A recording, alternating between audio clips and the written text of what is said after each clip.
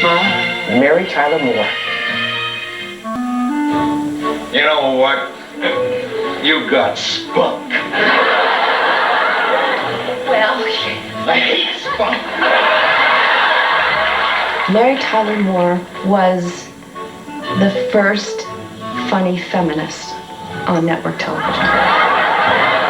I think Mary Tyler Moore has probably had more influence on my career than any other single person or force.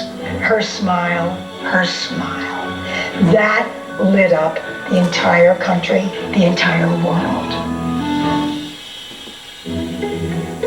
she started out as a dancer, really. She had done some straight acting and some commercials, that was all. She was a little elf that would dance on the Hot Point commercial. I'm Happy Hot Point. That's how she started.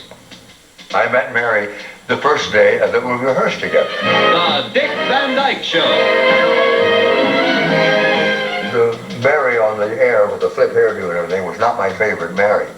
When she came to work in Memoriam with no makeup, freckles, and jeans, that was the Mary that I loved. Leave the dancing to us. Come on.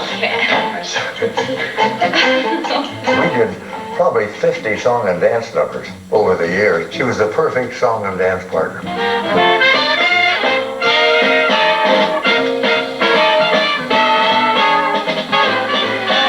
You remember the one with the inflatable lifeboat? Her timing was flawless. Every action, every move was just gorgeous. Honey, I'm home. There's never been anybody like her. I've had a lot of leading ladies, but nothing like that ever. That's a once-in-a-lifetime experience.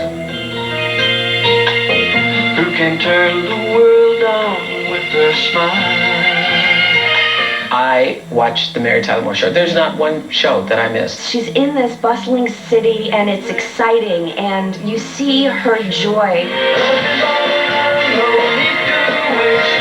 And that last moment where she throws her hat up in the air. You're gonna make it after all.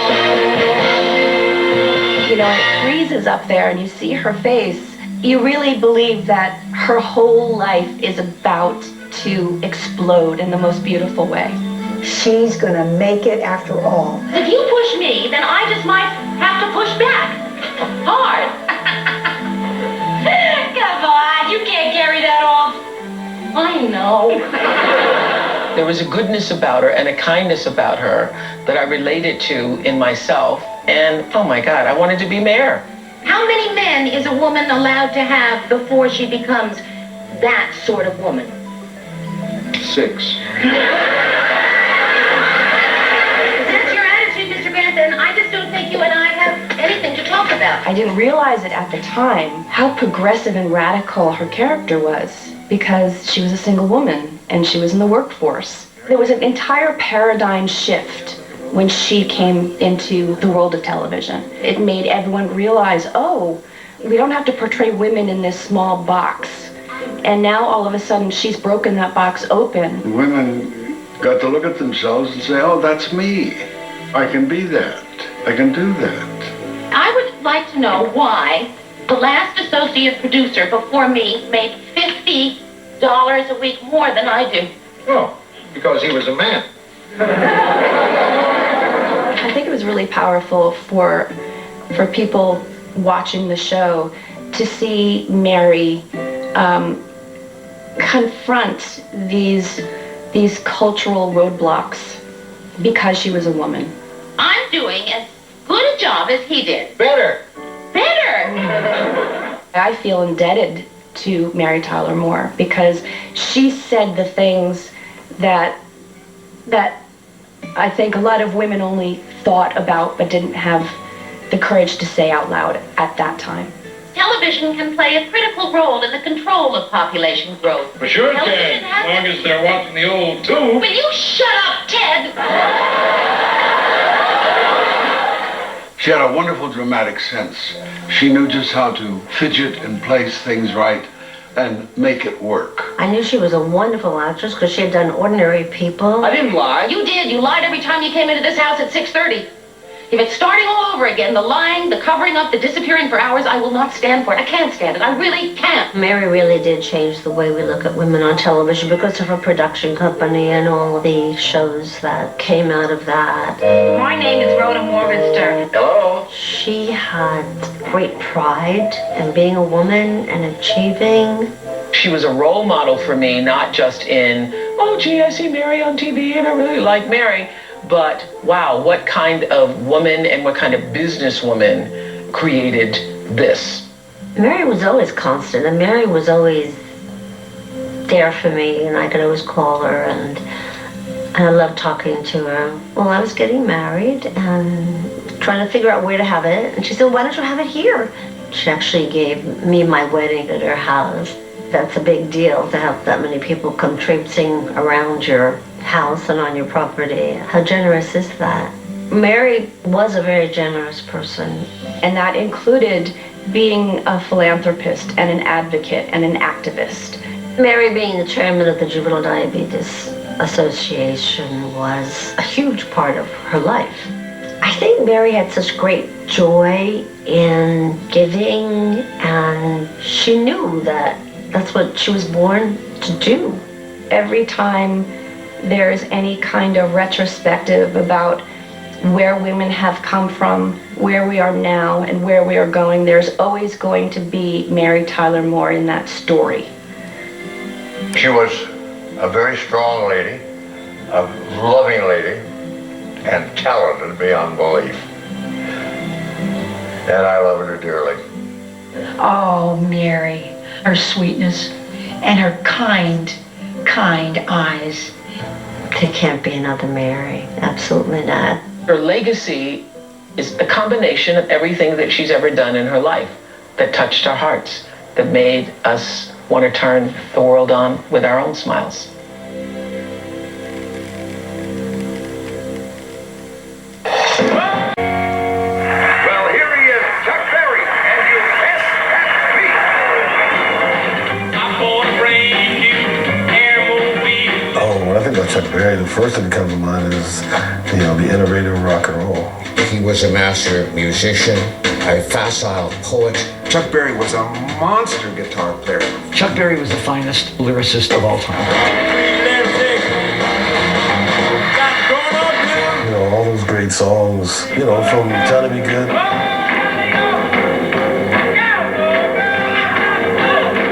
To My Daily. Silver bells hanging on a string. She called it my ding-a-ling-a-ling. Oh, my. Really heard a style of music before anybody else was playing it. He took the blues and he took some country and a little jazz and he brought it all together with this guitar sound and turned it into a whole new genre of music. You could tack that intro onto any song and it makes sense. And it's the Chuck Berry intro. I mean, how many guys have that in musical history? Beethoven, maybe da-da-da-da. And Chuck Berry has... That's one of those songs, like, somebody comes here and doesn't know what rock and roll is, you can play that song and I think they'll go, oh, okay, I get it. This guy can tell a story in 3 minutes, a full story, and make you believe it. He was sort of writing little teenage vignettes, love stories and stuff about everyday lives of teenagers, maybe made just a little bit more defiant with the sound of that electric guitar.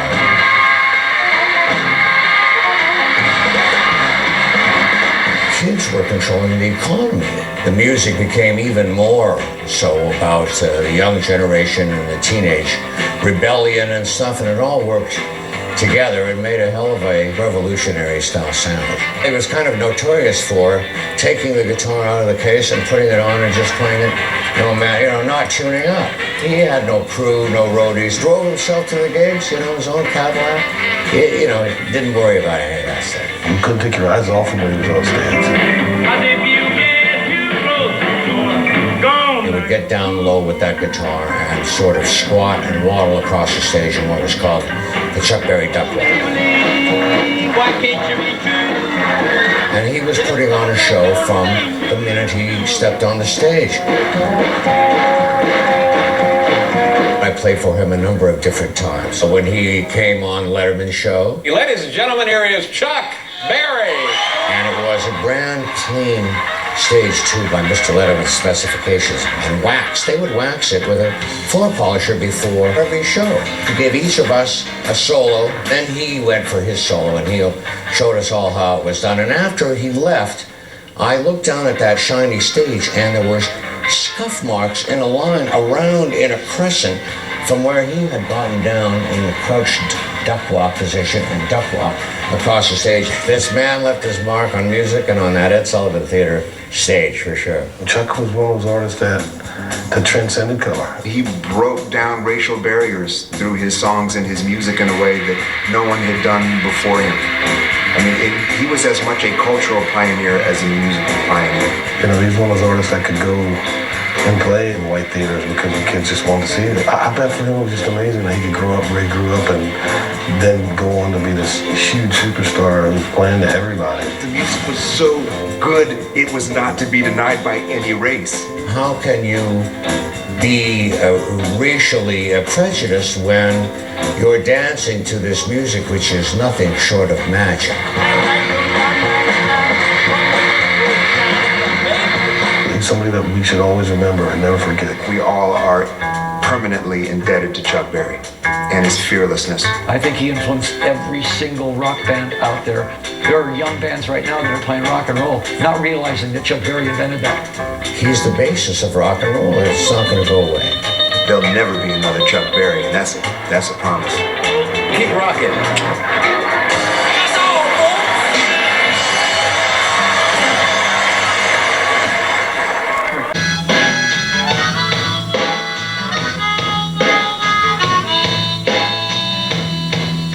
Tom Petty was king of the airwaves. He's a key ingredient in rock and roll.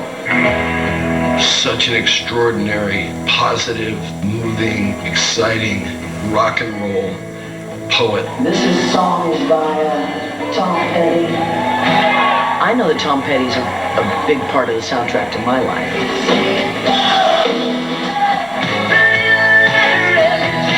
Every time there's a difficult time in life, the moment you get through it, I'm free falling.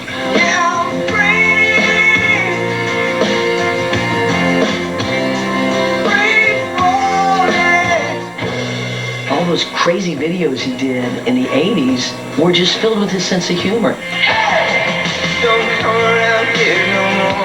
And then after that, they were really meaningful. We worked on this video of a Mudcrutch song. We were neighbors, so we started spending a lot of time together, usually in my backyard. One night he had called me up and said, "Do you know anybody that might be good for, directing this thing?" And so I went up and volunteered. He just let us roll. He heard the idea, said, "Sounds great. Let me know when you're done." It was like that. Tom Petty was such a music lover himself. That's what was so fun to watch as in his collaborations when he worked with Stevie Nicks.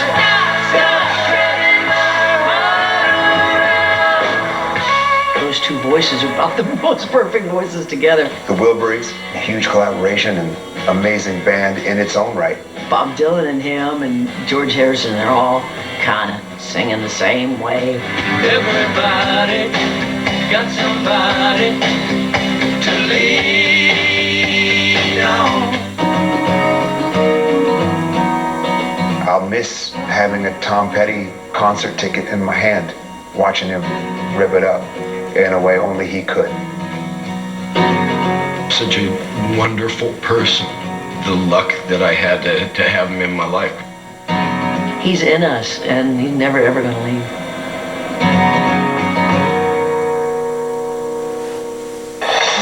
Coming up.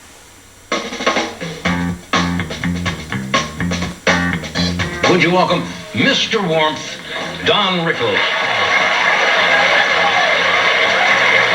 Talking past tense about him is really difficult. Oh, gosh, I miss him. I want to keep Don's name alive. He was so unique. He was so unusual. So we're keeping his name alive. It's good. I'll do the fun stuff. Of course. I was a little kid, so I'd hide at the top of the stairs and listen to Don Rickles roast Johnny Carson and Ed McMahon and the whole Tonight Show crew. Look right in there. Let America know you're a millionaire and you don't need them. Right. I was 17 and I snuck into the Latin Casino in New Jersey. And I couldn't believe he existed because I'd watched everything he did on the Tonight Show. This is a good jacket. You come in tomorrow night with cotton candy, you work the carnival. I was wondering, like, why does this, what is the deal with this guy? Why does he get to make fun of everybody? Now we're both happily married. Absolutely. You went through a couple of warm-ups, but And how can I be like that? I hope you've had your rabies shots because here he comes, Mr. Don Rickles. if you watch those Dean Martin roasts, a lot of comedians are self-deprecating. Don was all deprecating. He deprecated. Orson Welles, 30 years ago you were handsome, and now we're going to put Goodyear on your face and fly over the beach forever.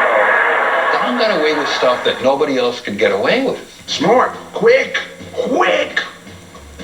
While we laughing at this, Don Rickles is already 3 or 4 jokes down. Governor Reagan or Regan, whatever they call you. I don't care. They were nervous about him being at the inauguration, Reagan's inauguration. They said, well, what's he going to say? He's going to say whatever he wants. He's Don Rickles. Nice to see you, sir. And your lovely wife, Nancy. It's a big treat for me to fly all the way from California to be here for this kind of money. Performing for President Reagan for him was an incredibly high honor. The fact that he brought the house down didn't hurt either. He's sitting there looking at the program going, where does he say he makes fun of me? Where does it say that? It's only a joke, Mrs. Reagan.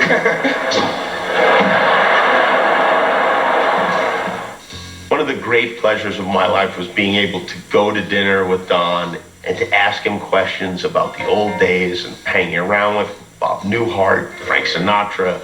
This is a good story. So they're at a restaurant, very fancy restaurant, years ago. It's all white, tables white, walls are white.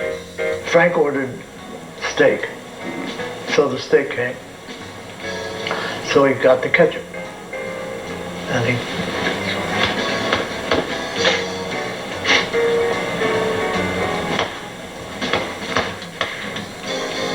nothing. Frank picks the bottle up and fires it against the wall, smashes against the wall. People are talking like this. And Don goes, Frank, will you pass the ketchup? Everybody cracks up. Tension broken. Nobody goes to jail. Don saves the day again. And now, here he is, Mr. Warmth himself, Don Rickles. There's a movie called Mr. Warmth, and he would come out to that. Don Rickles was in Las Vegas before Cactus. All the way up until he passed away, people wanted the experience of seeing Don Rickles in Las Vegas. You got all dressed up, and you tried to get a ringside seat. You people in the back, you got screwed with those cheap seats. This tiny little guy, old as the hills, and just walking around making fun of everyone he saw. I spoke to the home. You're going back. As we're walking in, Jenny says to me, he's the nicest man. He's such a family man, you know. I said, honey, his act may be a little different than the person you just met. Don comes out. He says the stammering idiot from Chicago is in the audience with his hooker wife from Bayonne, New Jersey. He calls Jenny my hooker wife from Bayonne, New Jersey. I look over at Jenny and her mouth drops. He worked really, really hard to be able to fill a room with people. 60 years, and that's the crazy part, 60 years. Wow, Don still had dates on the books when he passed away. He was still going for it, staying out there.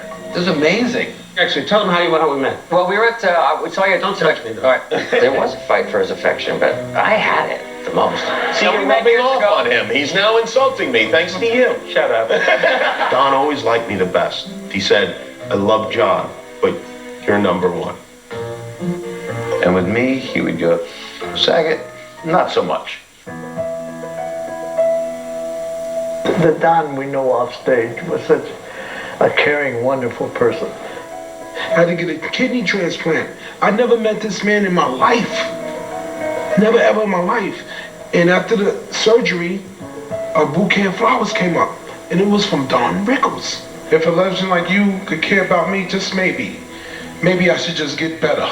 When I honored him and I went over and I hugged him, he said, I love you, Tracy. I said, I love you too, Mr. Rickles. And that was enough. I kept all his phone messages. I listened to him once in a while. I mean, we would talk for hours. I mean, mostly he would talk and I would laugh. A good 10 to 20 really good laughs, like deep, great laughs. And those, I don't have those now. I miss that. We miss him. I'm still, I think, in denial. I still think the phone is going to ring, and I put one over on you, didn't I? You could never win with Don. Never. And yet there's nobody I'd rather hang around with. I know you're in this room with me right now. Comedically, he's one of my strongest guardian angels. There's just no one that can be like him because he didn't have any prejudice or malice. He'll be around forever. His work will live forever. Good night.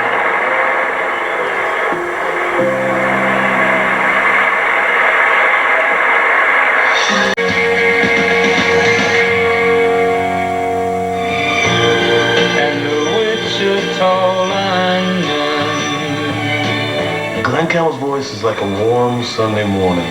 You're still on the line. I love it. Like red velvet cake. Glen Campbell was the musician's musician. He was just probably born with that guitar in his hand. And was also an entertainer's entertainer. Shoot them! They're too far, they're moving too fast. Let's pray together. Father, for this glorious place, this beautiful day.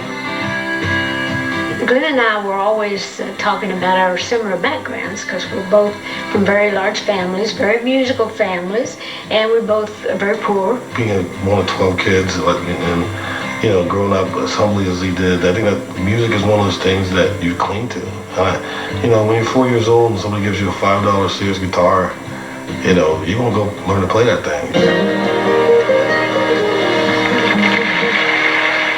The first thing I want to sing when I think of him is Southern Nights. Southern Nights.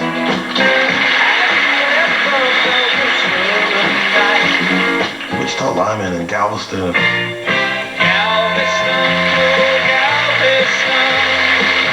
Well, I love all of Glenn's songs, but I think The Rhinestone Cowboy is one of my favorites. Like a rhinestone cowboy.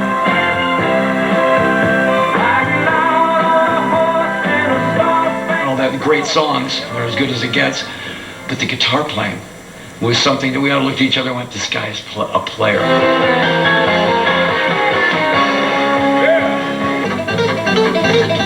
Not just good guitar player. I'm talking one of the best of all time. He played on Sinatra records. Eddie Van Halen one time asked me to get him a guitar lesson with Glen Campbell. He went out on the road with the Beach Boys and then played on the record. I just remember seeing him for the first time, and I was a girl at that time, so of course I would notice a good-looking young man. I had a show several years ago, a network variety show. You do something that I think is unique. You gonna tell him here? Yeah. I used to watch you do it. On your television show. So, to get worse. He had a crazy sense of humor, and we used to love tell jokes. Well, it's knowing that your door is always open and your path is free to walk. Good evening, ladies and gentlemen. I'm Glen Campbell. When Glenn had his good time hour, it was just one of the most entertaining things ever. Such a happy-go-lucky guy.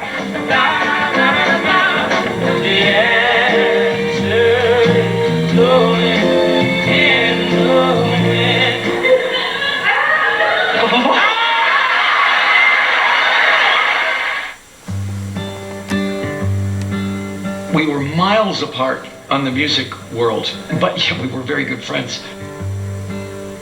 he saw him slipping. You know, I mean, here's this guy that's sharp as a tack and looks good, is always funny, is always on. And he would tell me a joke. And then 10 minutes later, he would tell me the same joke. And then 20 minutes later, he'd tell me the joke again. And I'd start going, something's going on. I forgot everything I learned. I thought we had a thing. Our teleprompter went out. It just went out. I was wondering what it was. Has anybody here got everything, what do you call it? He would tell a few jokes and he might lose his place in the middle of the joke and just move on. Hello, there we go, yay! Even if he was having to read it later on in a teleprompter, he could step right up and just knock it right out of the park.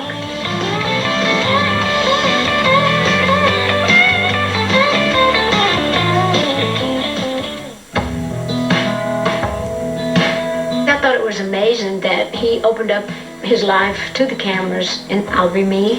This indicates that in all likelihood, your difficulties are due to Alzheimer's disease. Not only is it brave that he toured, he recorded, and then he did this documentary. I think showing your struggle is the true sign of somebody who is fearless. I remember the last time I saw him in public was at an award show. That performance of Rhinestone Cowboy that he gave. I've been walking these streets so long. It wasn't really great because it was Glenn with Alzheimer's. It was really great because it was great. And he was amazing. Oh yeah! That love and joy was still there.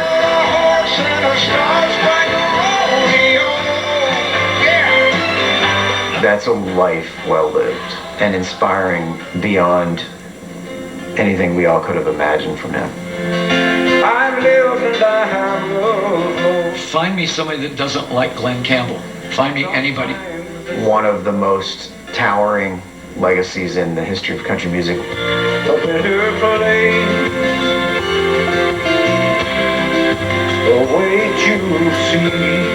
When you think about great singers, you'll think of Glen Campbell. When you think about good looks, you'll think of Glen Campbell.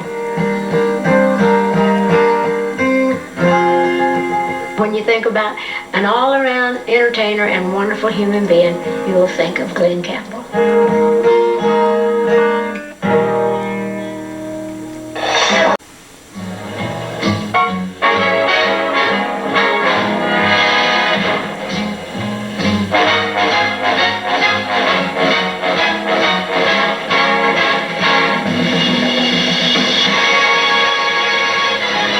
Jerry's contribution to the entertainment business is just massive. Martin and Lewis were bigger than the Beatles. I'll tell you what, you want to come up for building? We ain't got anything. My one regret is that I never got to see Martin and Lewis live. What a powerhouse act. I remember watching the Colgate Comedy Hour, and they were the biggest act in the country. When you hear Jerry Lewis, you think about the energy and the enthusiasm. How he moved his body, how he moved his face, just contorted himself at every angle just to get a laugh. Anyone for taffy? Ooh! He took thousands of falls. You've all heard the phrase, he'd do anything for a laugh. Jerry Lewis would do anything for a laugh. I loved when he physicalized music numbers in movies, like in Cinderella when he's sitting in the kitchen.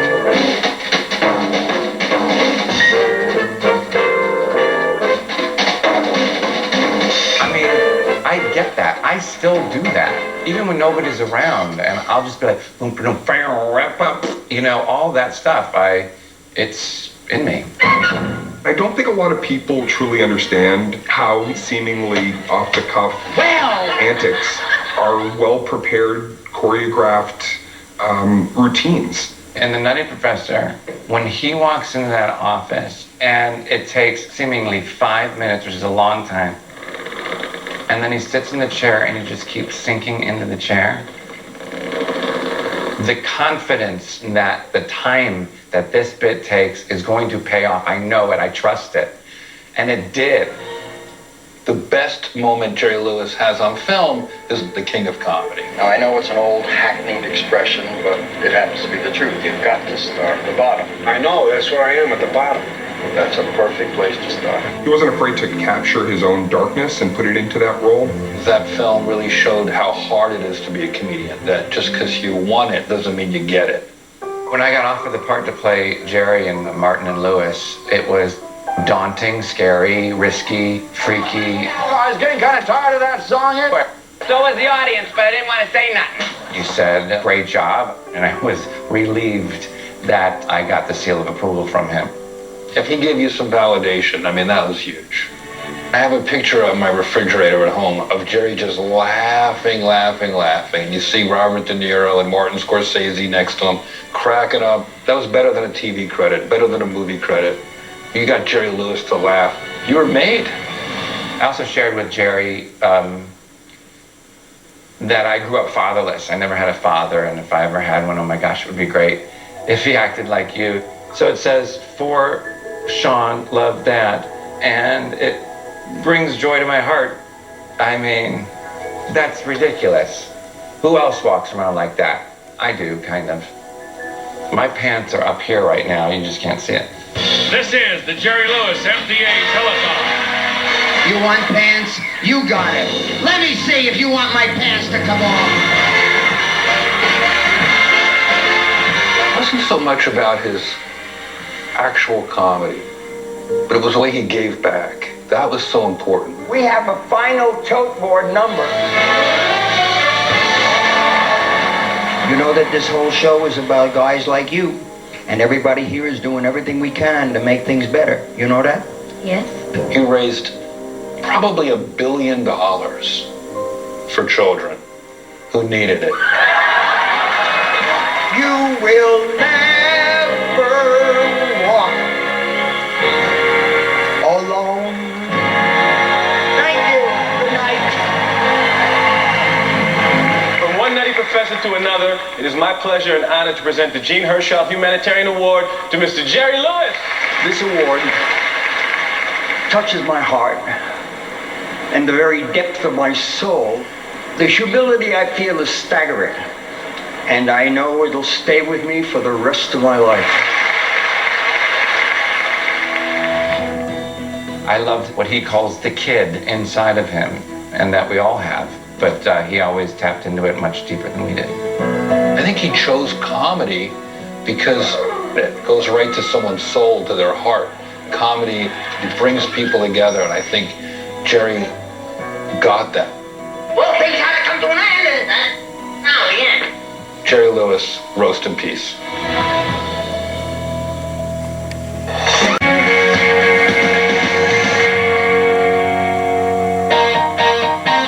David Cassidy was one of the biggest teen idols ever. Some of the girls who didn't even like me before act like they're crazy about me now. Girls, I mean, would just faint. They would go crazy. I had a huge crush on him, as I think every person in America did. So dreamy, incredibly talented, and a really, really sweet, sweet person. Why think I love you? Why think I love you? On Friday nights, I would race home from wherever I was. I wouldn't watch our show. The Brady Bunch. I would watch The Partridge Family. Come on now and me, everybody. Come on, get happy. I mean, that feathered, perfect, gorgeous, shiny hair. And he could do it all. He could sing, he could act. He just had that it factor. I always could just see and feel his heart and his love for people. He will be missed, but he will live on forever. So many incredible legends passed away this year from the worlds of art, science, sport, and beyond. It would be impossible to tell all their stories in just 1 hour. So as we say goodbye, we leave you with memories of more of the icons who left us this year. I'm Robin Roberts. Have a good night. You make me cry when you say goodbye. Ain't that a shame? The odds are about right. 4 against 1. 4 against 2, Batman.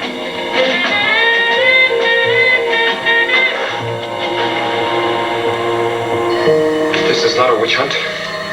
I have definite proof that he is a traitor. What a night, what a life, what a moment, what everything. Sunday, Monday, happy day. I don't want to spend a night at Lisa's. She always wants to play house, and I always have to be the maid. You were going over to Lisa's house and have fun like you're supposed to.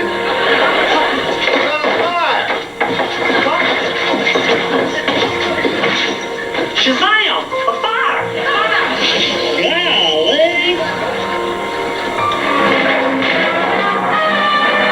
Roger Moore is Bond. James Bond. I am the ultimate badass. State of the badass art. Last night, CNN, Mr. Gregory, you think we'll ever catch Bin Laden? I say, we. I ain't looking for him. I'm looking around to see who's dead, the girls and everything, and all of a sudden I heard something go, Charlie Murphy!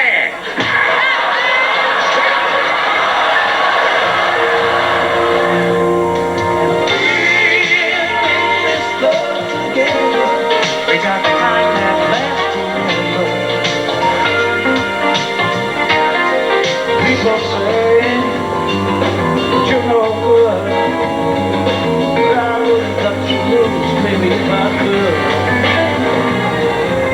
One promise that always remains.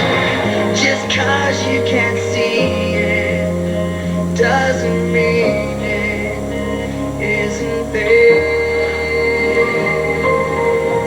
If you're a dreamer, hold on to those dreams and pursue them, because life is very, very short. Some people spend their lives complaining about what they haven't got or getting more than they need. They never seem to enjoy what they have. Some of our best living is done through the people we leave behind.